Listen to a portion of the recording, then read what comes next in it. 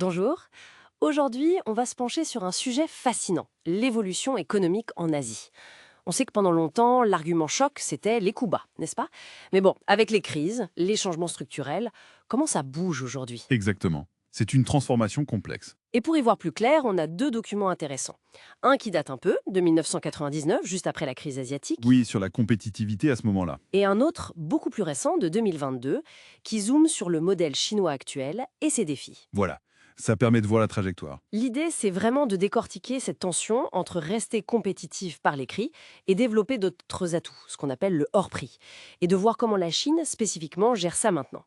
Alors, on y va? Allons-y. Alors, premier point, cet avantage historique des coûts. C'est fou quand on y repense. Ah oui. En 1970, les salaires en Corée du Sud, c'était quoi 5% des salaires américains. Oui, à peine 5%. C'est presque dérisoire vu d'aujourd'hui. Carrément. Mais ça, évidemment, ça n'a pas duré. Mais non, Rien qu'entre 1985 et 96, en Corée toujours, les salaires ont été multipliés par 5. exactement. Et la crise de 97, elle a eu un effet un peu paradoxal là-dessus. C'est-à-dire, Sur le coup, avec les monnaies qui plongeaient, ça a redonné un coup de pouce artificiel à la compétitivité prix, on redevenait moins cher. d'accord, temporairement. Voilà, temporairement. Mais le vrai signal de la crise, c'était plutôt attention, vous avez des faiblesses structurelles. Hmm. Le manque d'investissement en R&D, la qualité, l'image de marque, tout ce qui n'est pas juste le prix, le hors-prix. Donc, la crise a un peu forcé la main pour aller vers cette montée en gamme. C'est ça. Elle a souligné l'urgence de restructurer et de ne plus miser uniquement sur les coups bas.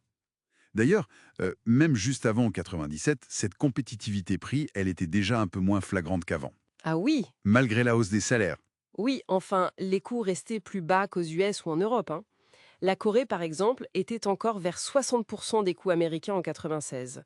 C'était plus l'écart abyssal des années 70. D'accord. Et il y avait tout ce débat sur les monnaies sous-évaluées. Oui, j'allais y venir. Mais l'étude de 99, elle disait que c'était peut-être plus lié à la faiblesse du dollar à l'époque, face au yen ou aux marques allemandes, qu'à une manipulation volontaire généralisée. Intéressant. Et alors justement, sur ces fameux facteurs hors prix, l'étude de 99 montrait déjà des différences importantes entre pays. Ah oui, énorme. C'est ça qui est frappant.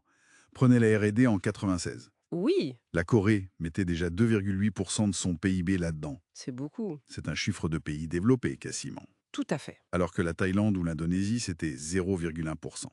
Ah oui, le gouffre. Voilà. Donc, on voyait déjà des trajectoires d'innovation très différentes se dessiner. Et ça se voyait aussi dans la perception des produits. Oui, une enquête d'image de l'époque, faite en Europe, le montrait bien. Le rapport qualité-prix asiatique était bon, ça oui. Mais sur la notoriété de la marque, le design, la technologie pure, c'était plus faible, Sauf exception, j'imagine. bien sûr. L'électronique coréenne ou taïwanaise commençait déjà à percer. Ou les jouets chinois dans un autre registre. Mais globalement, le défi du hors-prix était déjà là. La Chine aujourd'hui. L'article de 2022 décrit une situation assez floue, non? Oui, c'est le moins qu'on puisse dire. On a eu des signaux un peu contradictoires. Par exemple, ce rebond des exportations en mai 2022, après les confinements très durs, on aurait pu croire à un retour à la normale rapide. Oui, mais l'article dit attention. Pas si vite, c'est ça. Exactement. Le gros problème, c'est de séparer ce qui vient des chocs externes, genre la pandémie, la guerre en Ukraine, et ce qui relève de problèmes internes, structurels. Et ces problèmes internes, c'est quoi principalement? Mais il y en a plusieurs. La dette, publique et privée, qui est énorme, le vieillissement de la population, la crise dans l'immobilier, qui est un secteur clé, et puis, un truc important, le rendement du capital investi qui diminue. Hmm. Moins de bang for the buck, quoi. C'est un peu ça, oui. Et dans ce contexte, la ligne de Xi Jinping, elle semble claire. Priorité à la stabilité, Stabilité politique, contrôle du parti. avant la croissance à tout prix. C'est un changement notable par rapport aux décennies précédentes. Et ça se voit dans la relance économique post-Covid qui est assez spécifique. Très spécifique. L'argent va surtout vers l'offre. C'est-à-dire, Les entreprises, les infrastructures. voilà, On aide les PME, on lance des grands projets d'infrastructures, on pousse la R&D. Mais on ne soutient quasiment pas la demande directe des ménages. pas Ah, d'hélicoptère money à la chinoise. non, pas du tout. Pas de chèque envoyé aux citoyens pour qu'ils consomment. Ça reste une vision très axée sur la production, presque marxiste dans l'esprit.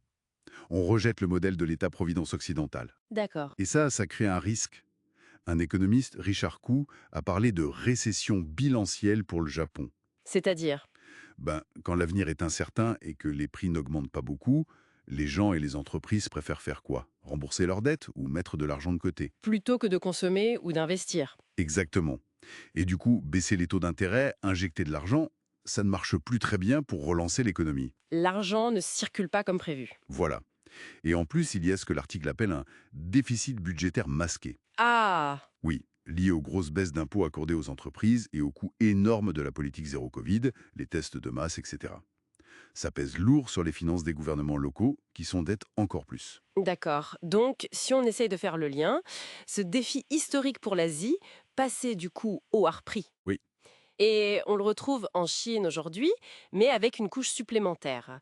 Cette priorité absolue donnée au contrôle politique, à la stabilité, quitte à freiner un peu la machine économique. je crois que c'est une très bonne façon de voir les choses.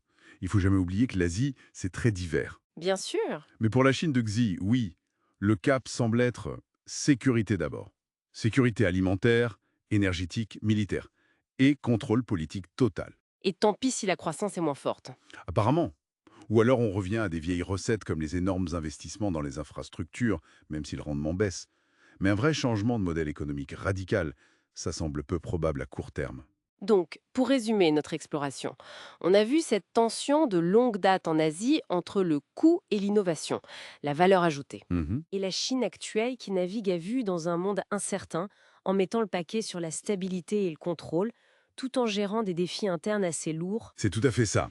Ce qui nous amène peut-être à une dernière question, un peu pour ouvrir la réflexion. Oui, Vu cette primauté de la stabilité et du contrôle politique en Chine, et vu aussi que les modèles économiques ont une certaine inertie, en Asie comme ailleurs, quelle marge de manœuvre reste-t-il vraiment pour l'innovation de rupture? celle qui pourrait vraiment changer la donne. Voilà. Face aux pressions internes dont on a parlé et aux turbulences géopolitiques mondiales. Est-ce que ce modèle centré sur le contrôle laisse assez d'espace pour les transformations profondes dont l'économie aurait peut-être besoin? C'est une question ouverte.